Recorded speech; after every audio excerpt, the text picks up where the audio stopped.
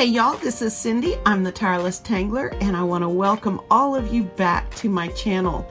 It has been a while since I've been on, and I am sorry for the late notice on this project, but I just felt like in today's times we all needed to connect a little bit, and I could use a little bit of inspiration to get me drawing again. So for the 100 Days of Zentangle project this year, I want to do 100 days of monotangles.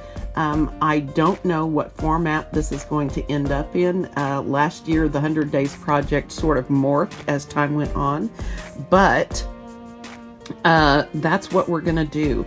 Today's pattern is called Zenwheel.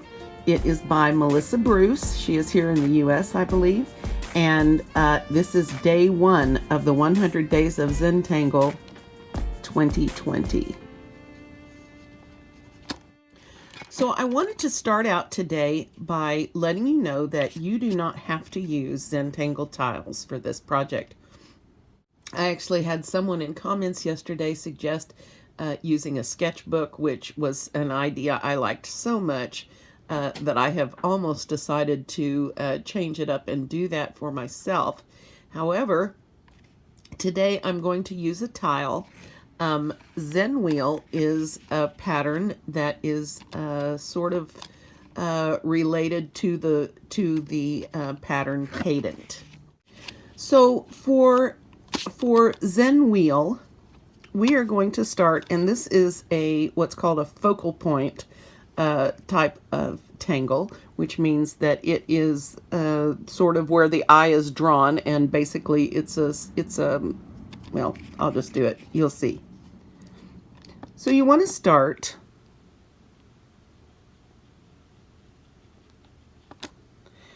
with a nice circle, and I'm going to leave a little white spot in mine just because when we get done that'll look cool, maybe. Then we're going to do 6 circles around this. The easiest way to do that is to go straight up, straight down. You don't have to have it perfect. Now you want to go diagonally like this.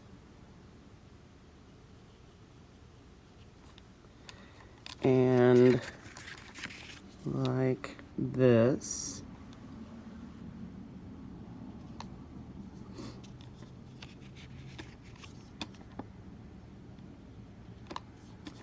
And then we're going to do the same thing on the other side. We're not going to worry about whether this is even or not. We're not going to worry about whether our dots are set out exactly right. We are just going to make little dots, okay? And you can black yours in all the way, doesn't matter. So now for the Cadent part, in her step out, she starts with a triangular shape, okay, that starts in the center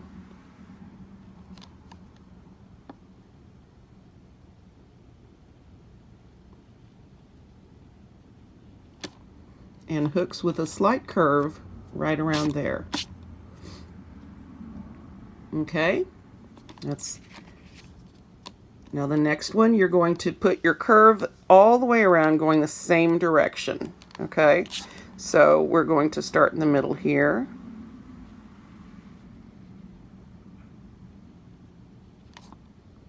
And end up down there. Now, as always, you guys know that I am very picky and I'm never happy with the way these things turn out, but we are going to go for it today. So this is where you should start. All right. Now the next part, I have not played with this yet. We want all of these to keep going in the same direction. So now in her step out, she does this a little differently. She brings this sort of out from here, and I haven't finished it all yet, so I don't know how this is going to work, but I'm going to do it. Whoops. Okay, note to self, don't smudge across your tile. with your hand like I just did, because bad things happen. All right, so I'm going to try to do this one, and I'm going to take off and land just as I do for Cadent or Huggins or any of the other ones that are similar to this. Okay, so just keep turning and put your curve on the same side.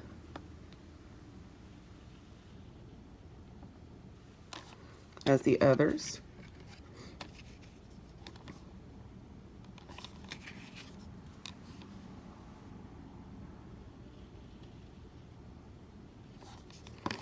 So you have sort of a pinwheel type of a look.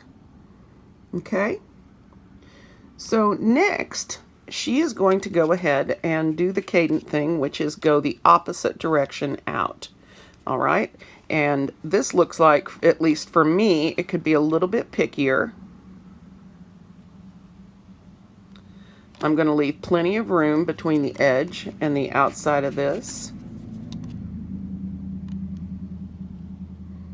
And again, you want to put that slight curve in, going the opposite direction. Oops.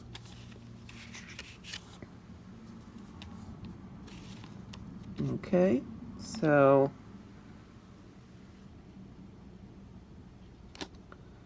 like so, and then just keep turning your tile, or if you're using a book, I don't know how that's going to work for you, but turn it around. I know when I work in sketchbooks, I am constantly turning them. So we're just going to do 2 rows of this, and we're going to do the second row out in the opposite direction, curving in like this.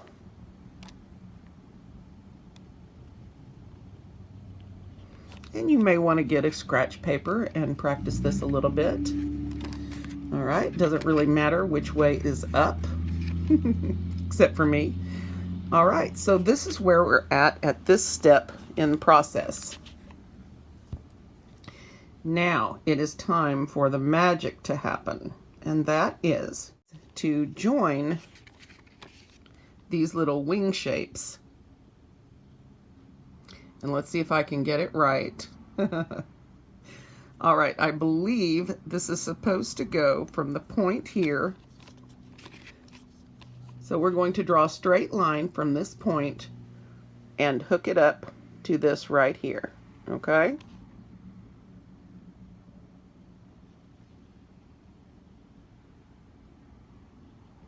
Now, of course, mine end up a little curvy because that's just how I am. So go to the next point out.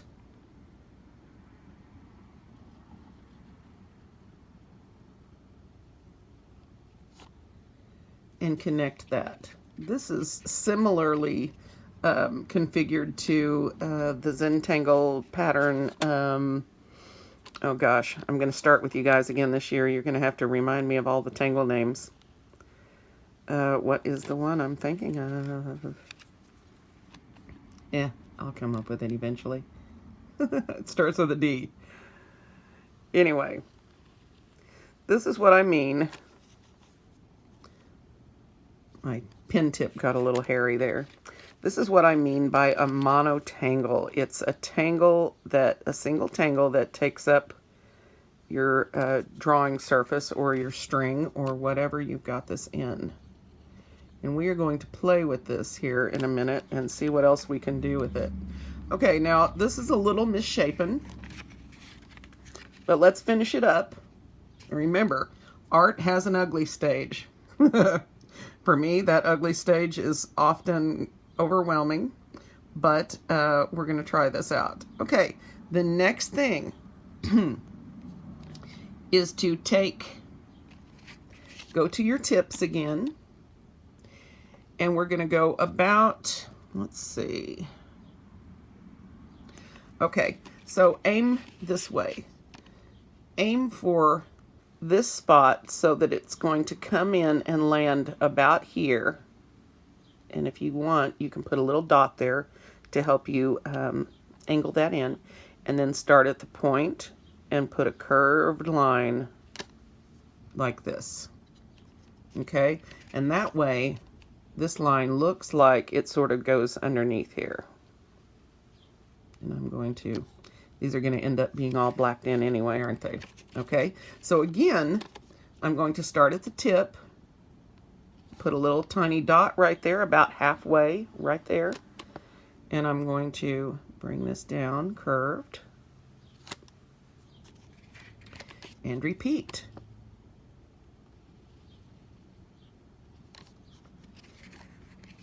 And repeat the point right there on the other side where that dot is. Okay, I think we have two more.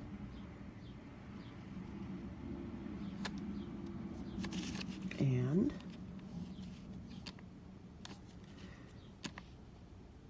let's see, from the point right there. So now we have a mishmash looking like this. I'm not really excited about my version, but we're going to keep going and see what happens. Okay, the next step is to aura the whole thing. Okay, so let's do that. And aura, as you know, is a parallel line that follows an existing line, sort of like a little outline. And you can have it far away, or you can have it close in, however you would like that to look. That is entirely your choice.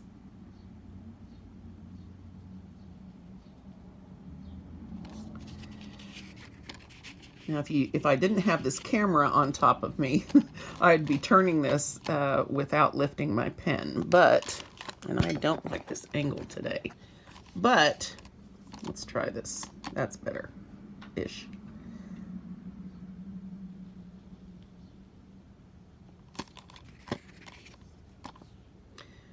Take your time, slow down. We're not in a hurry. We are just going to chill out.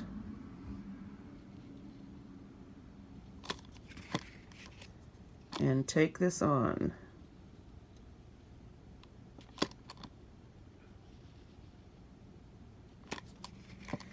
Take your time if you lift your pen, take your time when you join up so that you can give yourself a nice, even transition.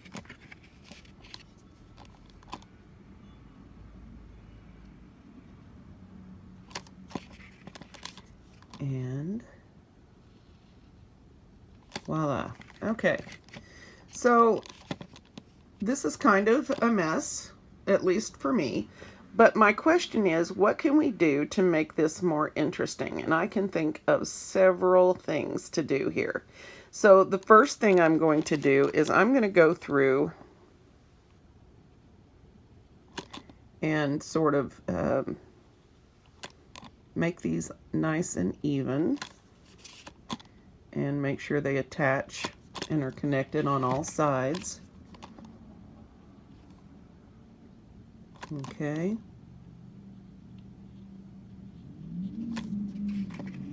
And this one.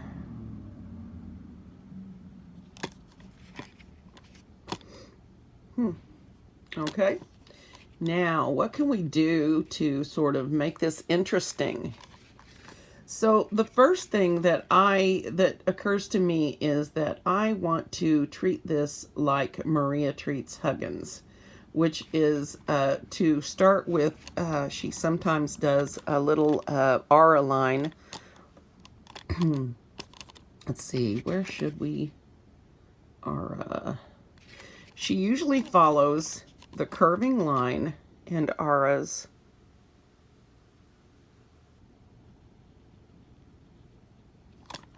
like that. And so I'm going to do that all the way around. You do not have to do this. If you have different ideas for ways to embellish this or make it look interesting, you may do your ideas. In fact, I would be interested to see your ideas.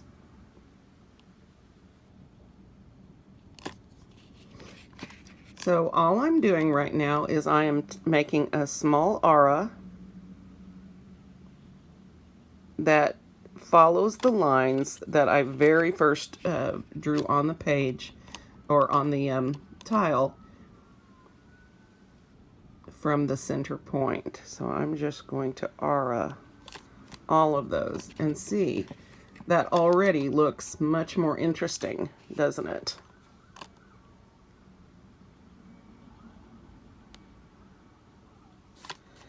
All right, now I think I'm going to continue that idea and do another aura from these points following down in here. So I'm going to start at the point, or wherever you want to start is cool. They frequently say that you have more control over your pen strokes if you pull them towards your body. I frequently do not have that. I frequently feel more in control pushing out, but it is absolutely an individual thing, and you guys can do as you are most comfortable. The idea is that your hand is in a comfortable position and you just kind of go with the flow. So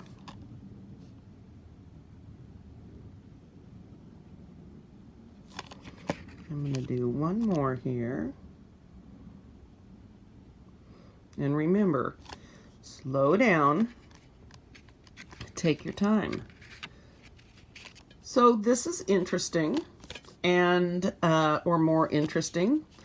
Now, I think that the next thing I would like to do is to add some line weight and rounding, more rounding than line weight in this case, because when I get something like this and I never know what to do next, that's always a good way to really make something pop out and look really cool. So what I'm going to do is start on the outside aura, and I'm just going to round these little angles where they come together here. And the way I'm going to do that is just like this. I'm just going to go from one side to the other side. See if I can do this without making a mess. And I'm just going to take off that sharp corner like that. Yeah? And so I'm going to go around on each of these little angles on the outside aura. That one got a bit large, but it'll be all right. Remember, guys, there are no mistakes in Zentangle. And I tell you that all the time because it's true. I have seen more interesting things come from mistakes, or what we feel are mistakes, than I ever have, than I ever could have imagined. I'm very much a perfectionist, or I'm trying to retire my perfectionist tendencies, but they are still there, and so that is a battle I fight every day when I put a pen in my hand. Now, this doesn't look particularly exciting yet, but keep going. Remember that ugly stage that art has, and you will. One of the hardest lessons I learned was not to give up on my art until I was finished with it. Then, if you want to toss it in the trash, that's up to you. But while you're in the process of creating, I really, really want you to remember that there are no mistakes. If it looks terrible to you, start looking at it again with new eyes and try to see what you can do a little differently to sort of soup it up. All right. So I started with that. I could do some rounding in here. My concern is that if we start rounding like in these situations, we're going to lose that overlapping look that we're going to have as soon as we add the shading in. So I think I'm going to go back around on the outside and round the angles but inside that outer aura, blah, blah, blah, outer aura. Okay.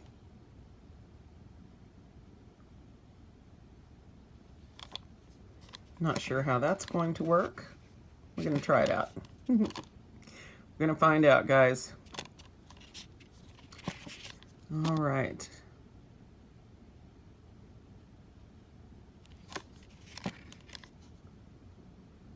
So that's not too bad if we do it like that.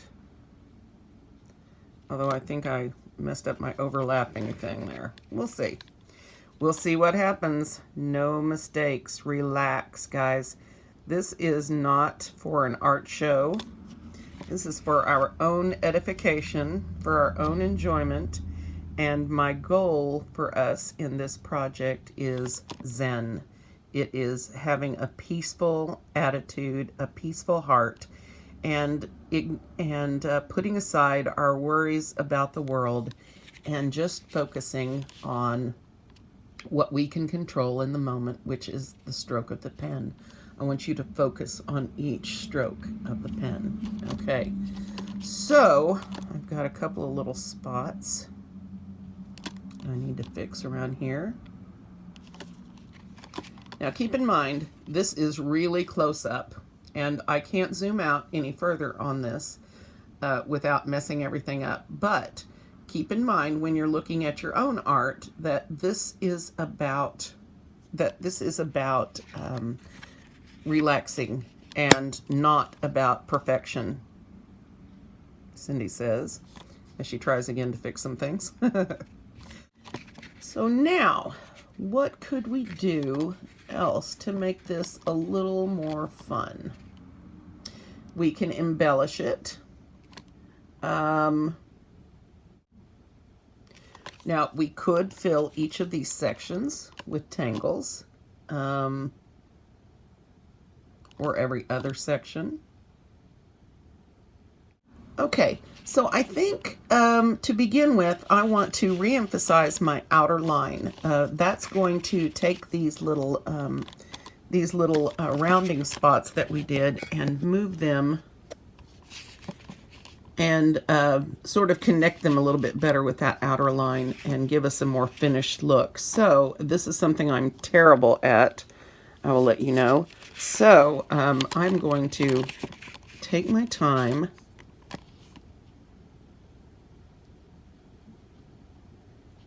and just draw over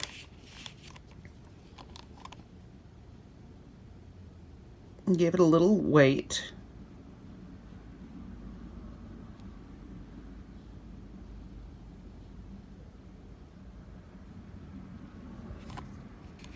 Oh, I do like that. Okay.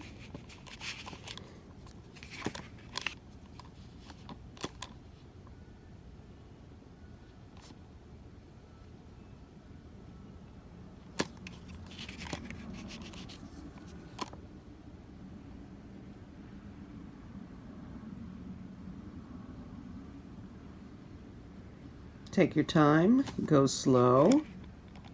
Remember, we are not trying for perfection. Right now, all I am focused on is drawing this line. I don't want to think about anything else. I don't want to plan what's coming up next. I don't want to worry about the embellishing. I just want to take my time, remembering to breathe in through the nose, out through the mouth, focusing on just laying the ink down, feeling the paper pull at it, depending on if you have any tooth in your paper. The tooth of the paper, of course, is the surface, and some paper is rougher than others.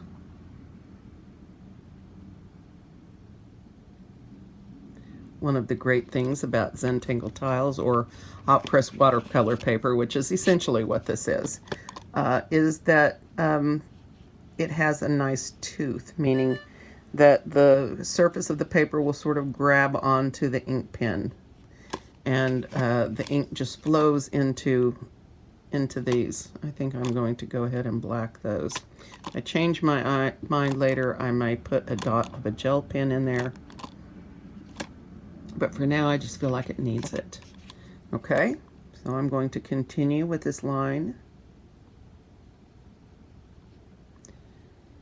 Just relax and enjoy this time together. Don't worry about anything. Just focus on the line that you're drawing, or redrawing, in my case. If you want to try something new with it that I haven't thought of, which is a lot of stuff, I'm sure, then go ahead and try it.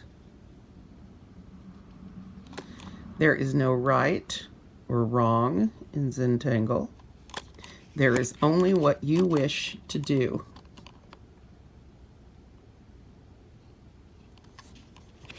Okay, we're almost done.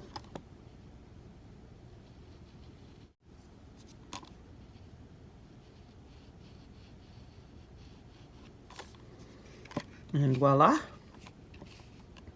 See? Already looking better? Different? Maybe?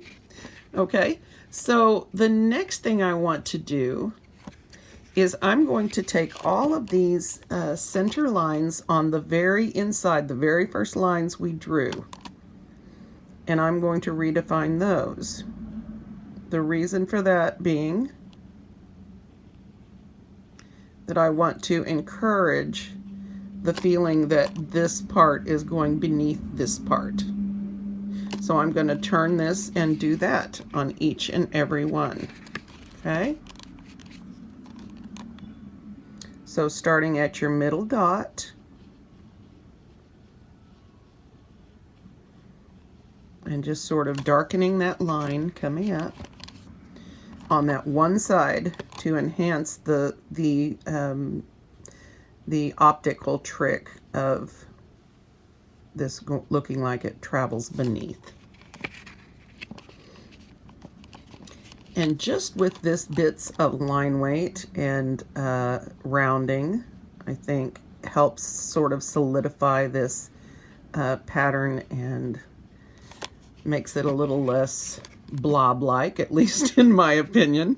We all know how much my opinion is worth, but since most of you tend to agree with me, that's okay. I'm just teasing you guys. I'm always cool with differing opinions, as long as they're given kindly.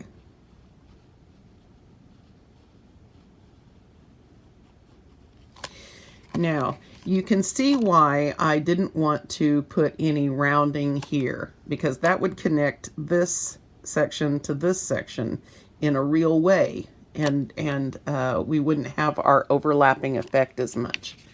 All right, did we get them all? I think we did. Now I'm going to turn and do the same thing on the ones going out.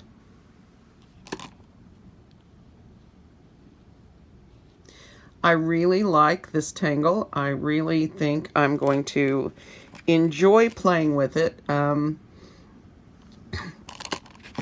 However, it looks unfinished to me, and so all the rest of this stuff that we're doing, and I think I'm going to put just a tiny bit of line weight on that corner there. So on this top section, the second row of little cadence strokes, we're going to emphasize this line again so that we have that overlapping effect. And I'm just going to put a teensy bit of line or rounding up here on the corner. And that causes the effect of this line looking like it goes, whoops, stop drawing. That line looks like it's going beneath there. Okay, let's try this one now.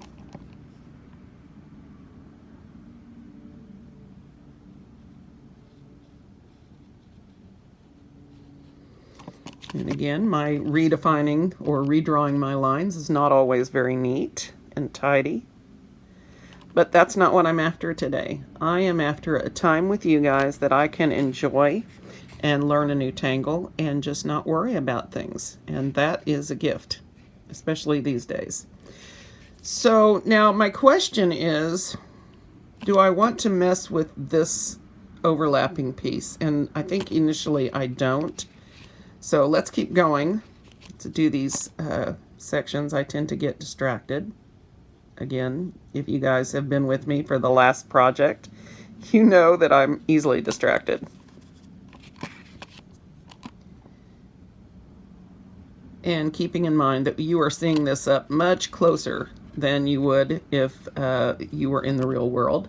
So go easy on me. Actually, you guys are easier on me than I am on myself.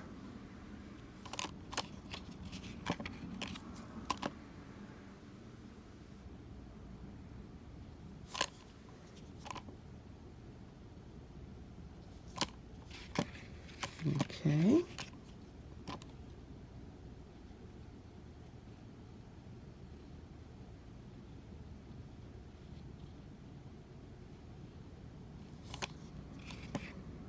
And line weight, rounding. Okay. All right, so this is looking more interesting, except for my little extra drawings here.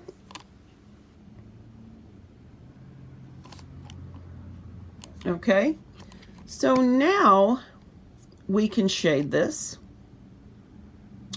or we can do something decorative, which of course is where I'm going with this. And I'm trying to decide what I want to decorate. Now I could put little orbs right here. When all else fails, just fill the area with little dots, little orbs, perfs, whatever we're calling them today.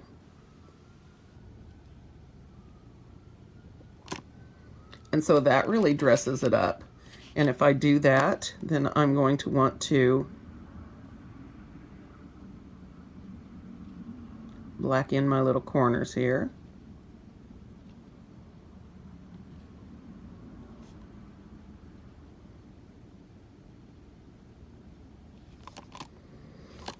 Like so. I'm telling you, this is so zoomed in. I can't even see this well with my glasses on, and then I look at the screen and I see all this messy line work. So I'm not going to worry about it. It is what it is. So I really like the way that looks. So I'm going to add that again.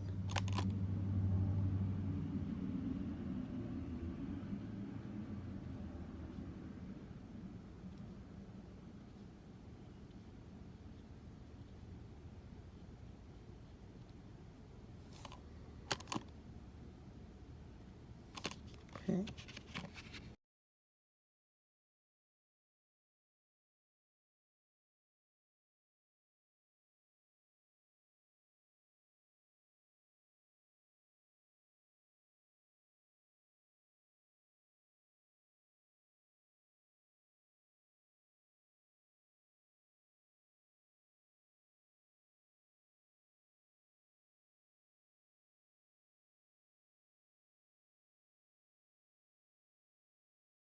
If you have struggles adding these perfs in a line that is neat, as I do frequently, my tip for you is to start each orb on the line of the one next to it. And let me show you what I mean by that. So right here, when you add a line of orbs, I usually start in the middle, not always, but usually, and draw it in, okay? And then for the next one, I usually start on the side of the one before and draw that in. Like that. Then you start at the line where the last one stopped. And that tends to, whoops, not like that. That tends to help me a little bit getting them all lined up and looking neat.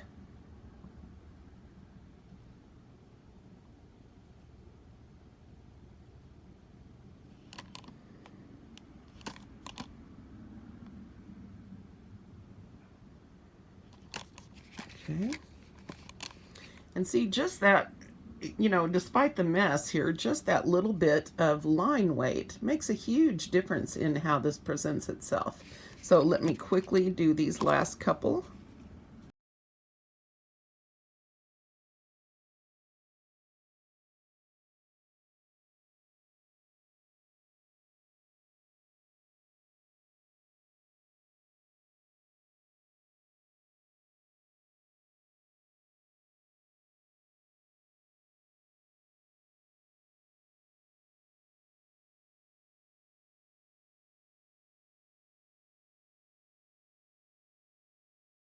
Well, I think this pattern is fun. It's pretty relaxing because it's not too thought-provoking, but it looks fairly complex when you get it finished. I can go ahead and do the orbs again on these inner ones. I'm trying to decide right now if that's what I want to do, if I just want to leave it on the outer edges. Or I could do something different in here and do zigzags or whatever. Or another easy one is to dot and dash.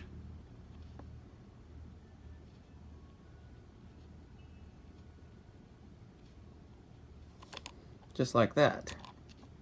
That is simple little way to enhance tight spaces and still have them look pretty. Yeah.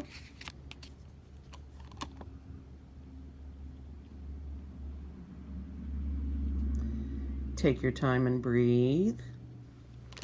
Let your shoulders fall down. I know there's at least 100 of you guys with your shoulders up around your ears right now. Relax. Relax your shoulders.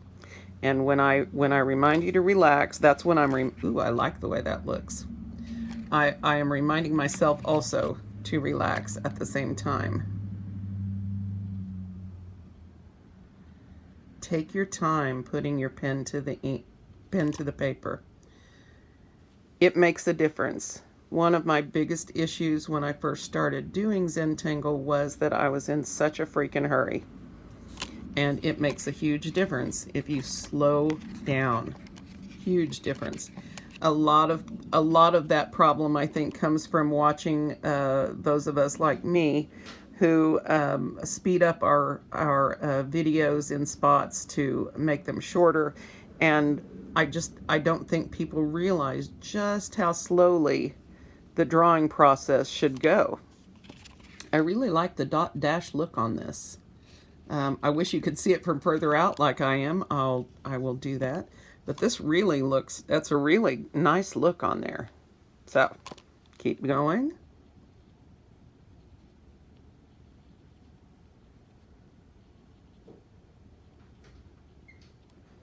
Just alternate your dots and dashes.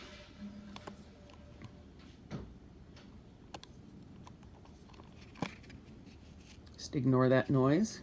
That didn't really happen. It was just your imagination.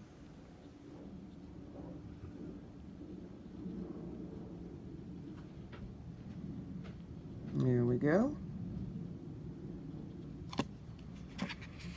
There. See? Fun. A little messy, but fun. So I think that's probably enough decorating, because if I add more, we're going to lose our overlapping sense. So right now, what I'd like to do is go ahead and add some shading. And the shading is going to be very simple on this. Of course, I have lost my tortillon again. Oh, here it is. You guys remember me from last year? I was a mess. All right, so what we're going to do is we're going to add some pencil right here along all of these lines.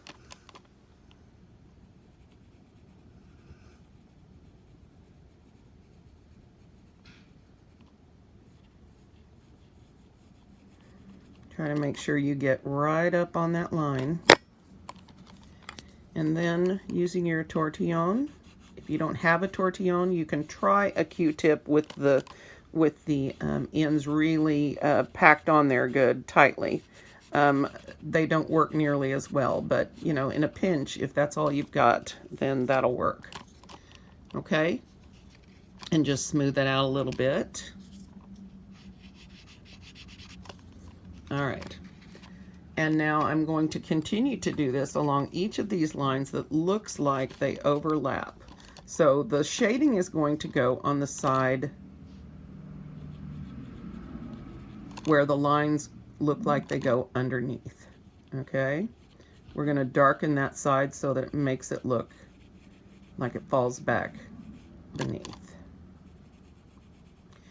Now, to begin this, I will also remind you that putting graphite, the pencil lead graphite, over black ink is a way to get your ink all shiny looking.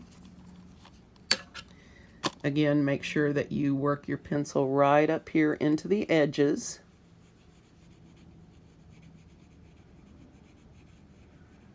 So that you have some good, whoops. You have some good color there. And just gently, and I'm barely touching this, gently rub it out, blend it. And you see what a difference this makes in making this look more 3D, right? So I'm just going to finish doing that all the way around now. And each one of these that looks like it's going over another one is going to get this treatment.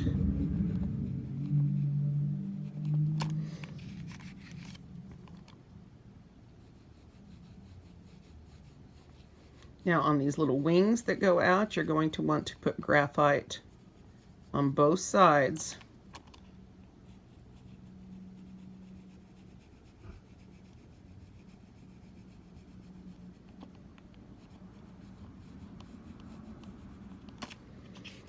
Okay.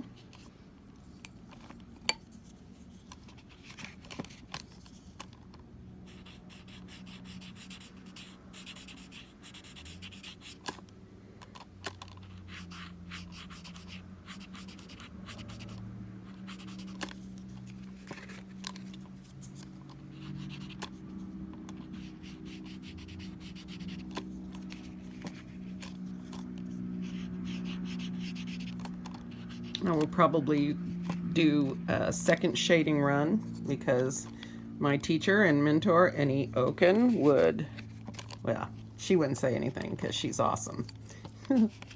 But she has taught me better. If you really want to learn amazing shading techniques, get her book, her ebook, Shading Fearlessly.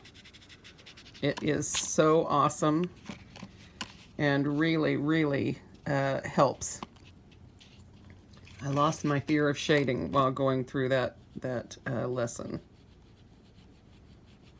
I am a member of Annie Oken's art club, and the stuff that she has got live online classes going on, just amazing, amazing stuff.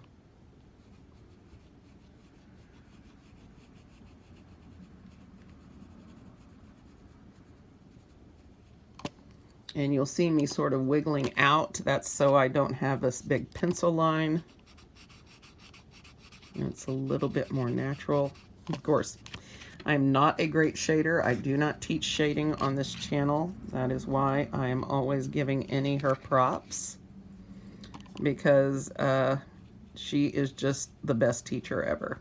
And so I'm always going to encourage you guys, if you would like to be a truly better artist, go and join art club and let Annie Oken teach you. She is the most amazing teacher I think I have ever had. She is so encouraging and lighthearted and wonderful, and just great experience in art club. I was one of the first members in there, and I have not let my membership lapse in all these years.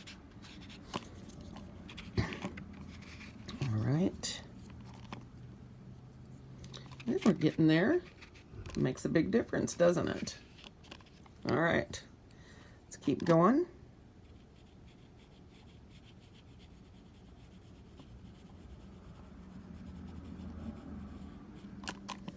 And we'll see what's what.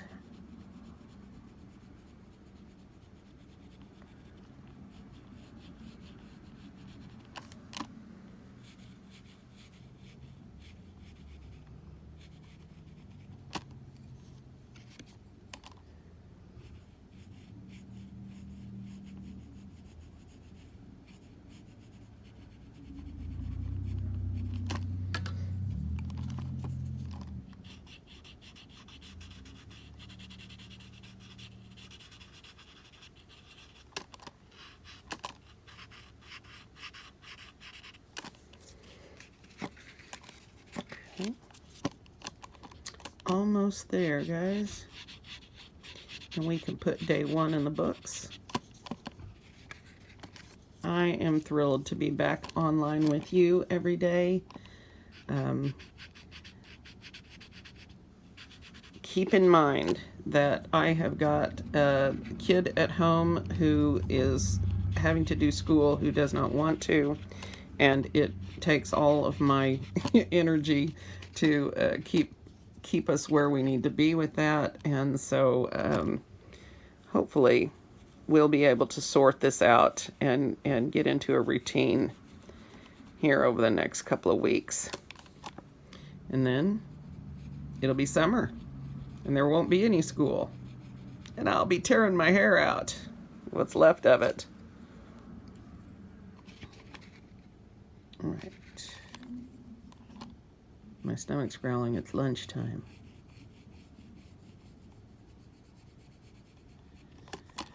All right, just got a couple more.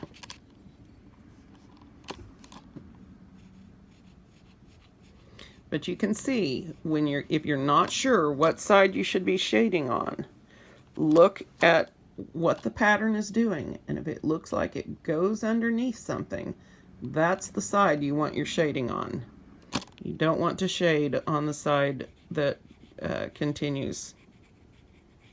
I don't think that made any sense, but you guys know what I mean, hopefully.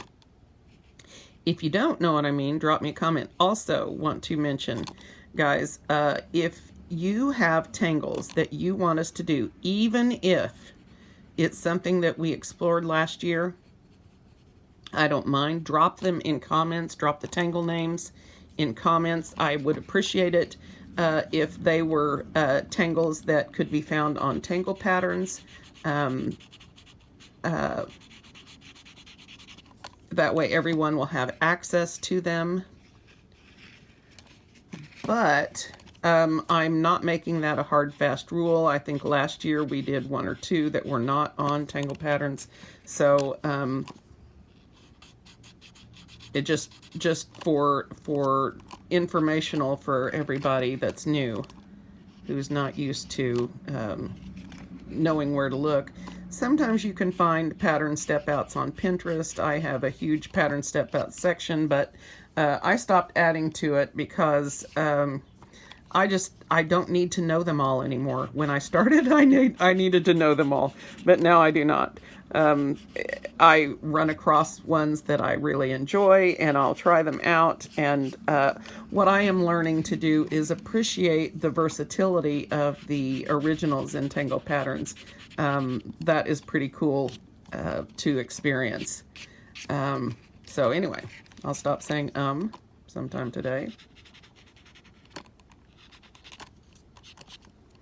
Need to lift some of that graphite out.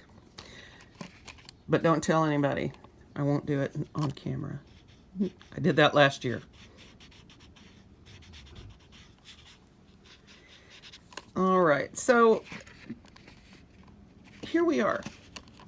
Now, even with the little mistakes, even with how close up this is, all of that doesn't seem to matter now because, you know, and you'll see on the picture, on the thumbnail, the finished product from a little bit further away, and you'll see that this actually looks pretty cool.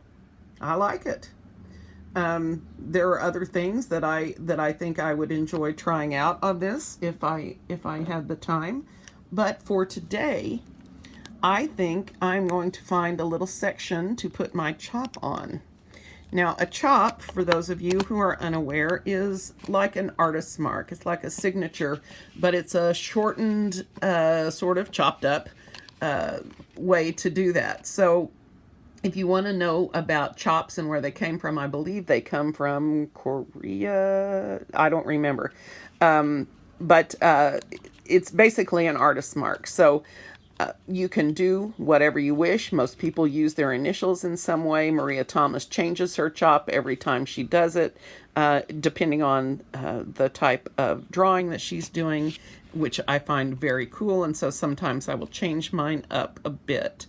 But I think I will put mine right up here in this little section right here.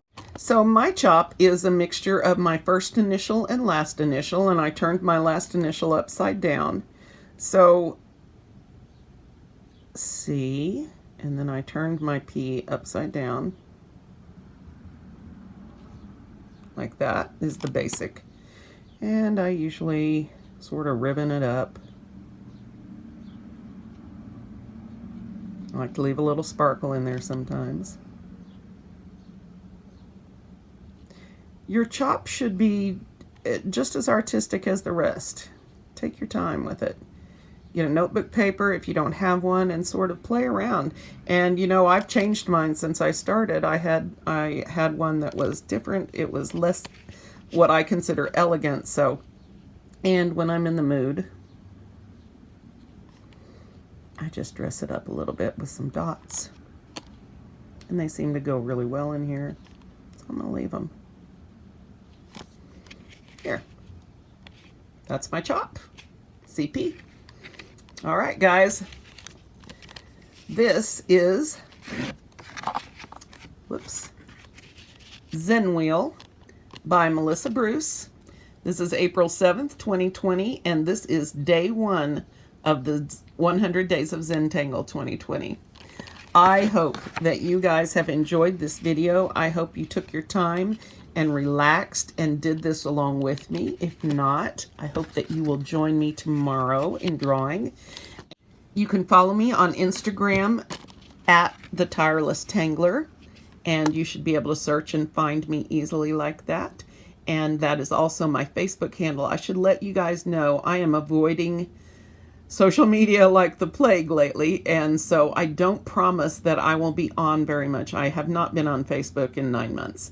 And it's not that I don't care about anybody, that isn't it. It's that it exhausts me, and I need my emotional energy for stuff going on at home, and so I just don't worry about it too much. So this is Zenwheel. This is day 1 of the 2020 100 Days of Zentangle project.